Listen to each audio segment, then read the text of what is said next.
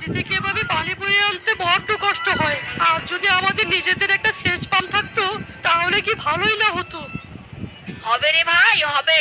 খোদা চাইলে আমাদের নিজেরও একটা সেচ পাম্প হবে। তুই চিন্তা করিস না ভাই, এবার ভালোই ভালোই ফসল ঘরে তুলতে পারলেই ফসল বিক্রির টাকা দিয়ে একটা সেচ পাম্প কিনবো, কেমন? দে ভাই, ভাড়টা আমাকে দে। তুই বরং রোদে দাঁড়িয়ে না থেকে বাড়িতে যা। না দাদা, তুমি কত পরিশ্রম করে জমিটা চাষ করলে, তুমি বরং ছায়ায় বসে একটু বিশ্রাম নাও, আমি পানি বয়ে আনছি। আহ ভাই, এত কথা বলিস না তো। যা বলেছি তাই কর। দে, ভাড়টা আমাকে দে। এসব করার অভ্যাস আমার আছে। যা, তুই বাড়ি চলে যা।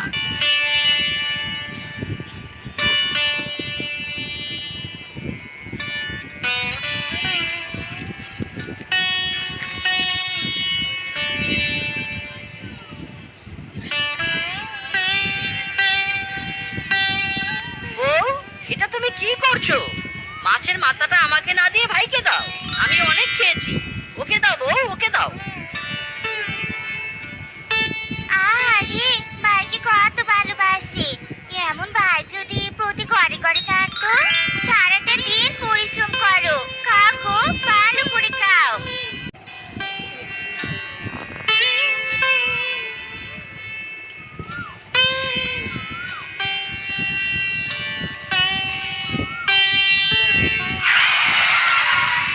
আহ, কে আছো? সাহায্য করো, সাহায্য করো। আহ, আর পারছি না। এটা কি হলো খোদা? ভাগ্নে, চিন্তা করিস না, তোর কিচ্ছু হবে না। আমি এক্ষুনি তোকে হাসপাতালে নিয়ে যাব।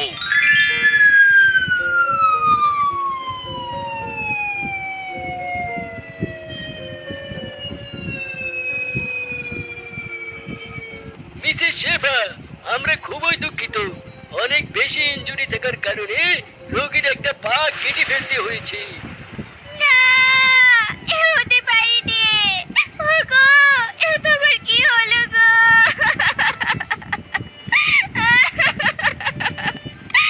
না। খোদা, এ তোমার কেমন বিচার? সারাটা জীবন আমি কাটাবো কি করে?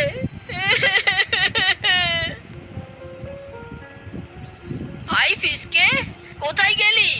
আমার কাছে আয় ভাই। দাদা, আমায় ডাকছিলে? ভাই রে, আমার যা অবস্থা, চাষাবাদ আর করতে পারবো না। এবার তোকেই চাষাবাদ করতে হবে রে ভাই। সে না হয় করলাম, কিন্তু দাদা আমি তো তোমার মতো অত ভালো চাষাবাদ সম্পর্কে বুঝি না। কিভাবে কি করব দাদা? ভয় পাস না ভাই, আমি তোকে সব বুঝিয়ে দেব। ঠিক আছে দাদা, তুমি যা বলবে আমি তাই করব। এবার যা ভাই, বানর দাদার দোকান থেকে শস্যের ভালো বীজ নিয়ে আয়। আর শোন, বানর দাদার দোকান ব্যতীত অন্য কোনো দোকানে যাবি না কিন্তু। বানর দাদার দোকানের বীজ অনেক ভালো। ঠিক আছে দাদা। ভাই শোন, তোর দাদার ওষুধ শেষ হয়ে গেছে। ফেরার পথে ওষুধ নিয়ে আসিস ভাই। ঠিক আছে ভাবি, তুমি চিন্তা করো না, আমি মনে করে ওষুধ নিয়ে আসবো। একজন বসে বসে খাবে আর আমার মিনসেটা খেটে মরবে। আবার তাদের পেছনে টাকা খরচ করতে হবে। যত সব, এসব আর সহ্য করা যাচ্ছে না। নিচে বাড়ি ফিরলে তারপর এসব নিয়ে কথা বলবো। রূপা, হ্যাঁ রূপা, কত বেলা হয়েছে, উঠবি না নাকি? রূপা,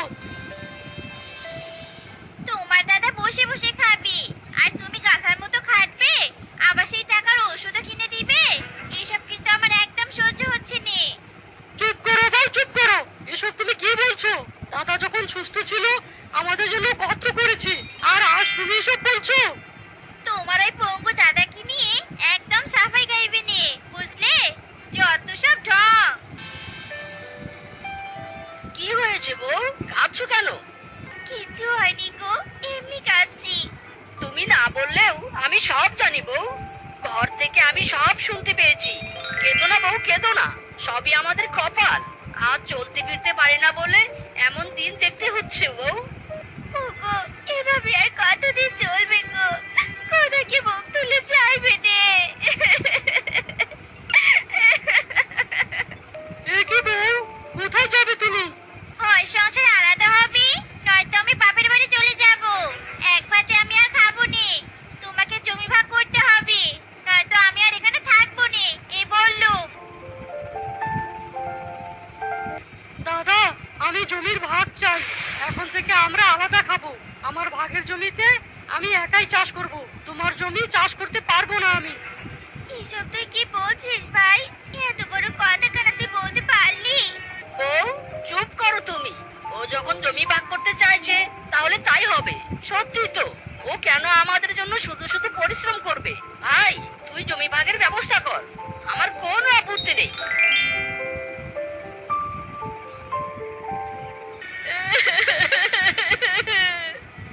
নিয়তি বড়ই অদ্ভুত, বুঝলে বউ? আজ বউয়ের কারণে দাদার চোখে খারাপ হয়েছে। এই জমিতে আমি কি করে চাষ করব? না না, আমি স্বার্থপরের মতো এই কাজ করতে পারবো না। এই জমিতে কাজ করতে এলেই যে আমার দাদার কথা মনে পড়ে।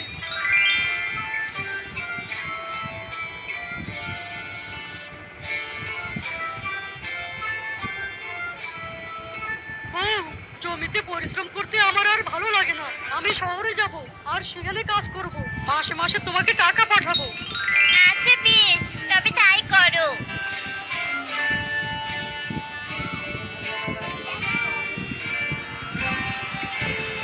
ওগো, ঘরে সব খাবার শেষ হয়েছে।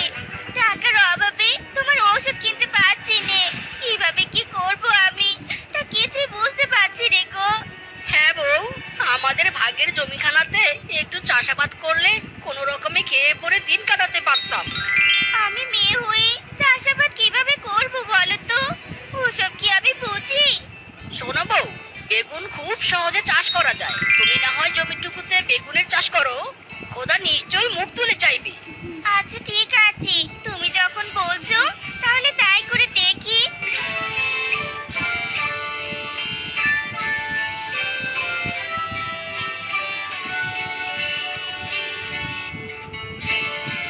আপা তার অংশে বেগুন চাষ করছে, তাহলে আমি কেন আমার অংশটুকু ফেলে রাখবো? তার চেয়ে বরং আমিও বেগুনের চাষ করব।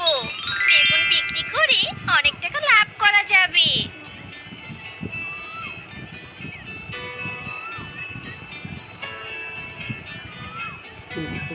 পানির অভাবে গাছগুলো মরতে বসেছে।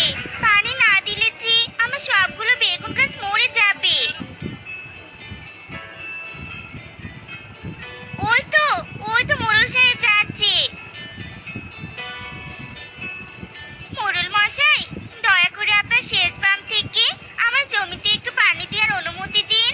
আমি ফসল বিক্রি করে সেচের পানির মূল্য আপনাকে দিয়ে দিব মোড়ল মশাই। আরে, ওর স্বামী পঙ্গু হয়ে পড়ে আছে, নিজেরাই তো খেতে পারিস না। না না, তোকে আমি সেচের জন্য বাকিতে পানি দিতে পারবো না। এই বল্টু, চল তাড়াতাড়ি। মোড়ল মশাই, এই নিন টাকা।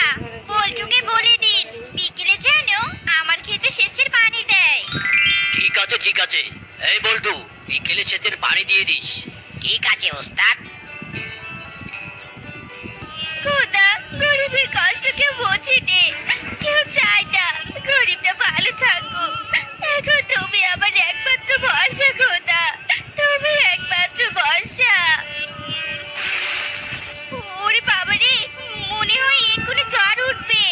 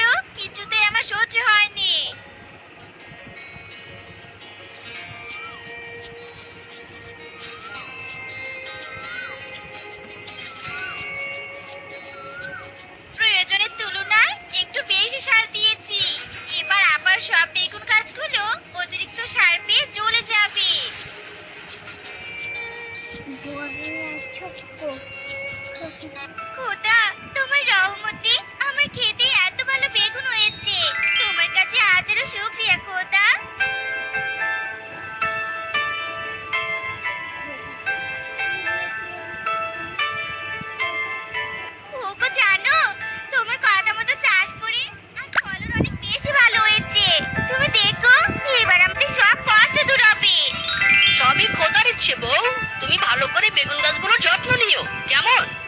এই রে, আপা এসব কি বলছে? তবে এক্ষুনি নিজের চোখে একবার দেখতে হচ্ছে তো।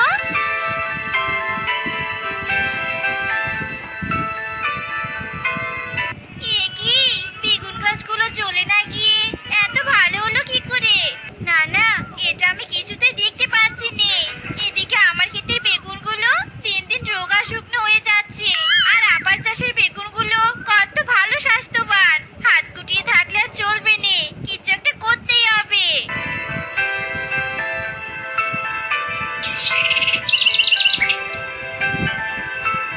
এবার দেখবো এই ফলন কি করে ভালো হয়। এইসব বেগুন গাছ আমি আগুন দিয়ে জ্বালিয়ে দিব।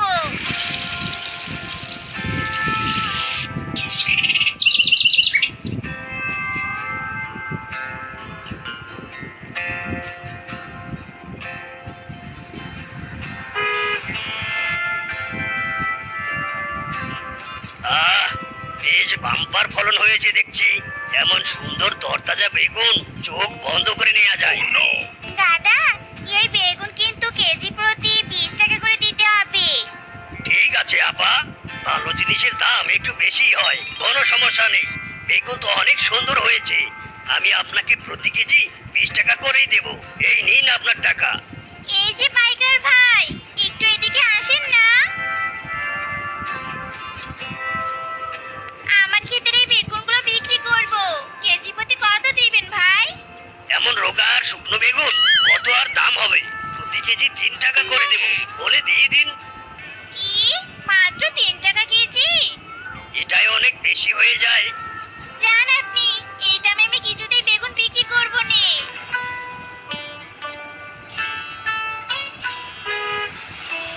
কি ব্যাপার রূপা, তোমার টাকার কি খবর? সেই 3 মাস হয় জমি বন্ধক রেখে টাকা নিয়েছো, 3 মাস হয়ে গেছে, এখন এই জমি আমার। এই রে, টাকা নিয়ে মিছে শহরে গেছি। এবার আমি টাকা শোধ করব কিভাবে? মিনসু তো এখন পর্যন্ত কোনো টাকা পাঠায়নি আমায়। দয়া করুন মোড়ল সাহেব, এই জমি দখল করবেন নি। মিনসু বাড়ি ফিরলেই আপনার সব টাকা আমি পরিশোধ করব। না, আমি আজ আর তোমার কোনো কথাই শুনবো না। আজ থেকে এই জমি আমার। মোড়ল সাহেব, এই নিন আপনার টাকা, আর দলিল ফিরিয়ে দিন।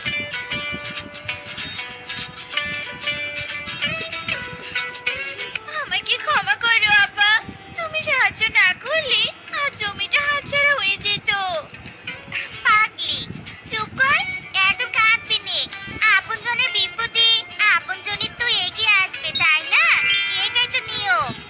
সত্যি, খোদা যাকে সাহায্য করে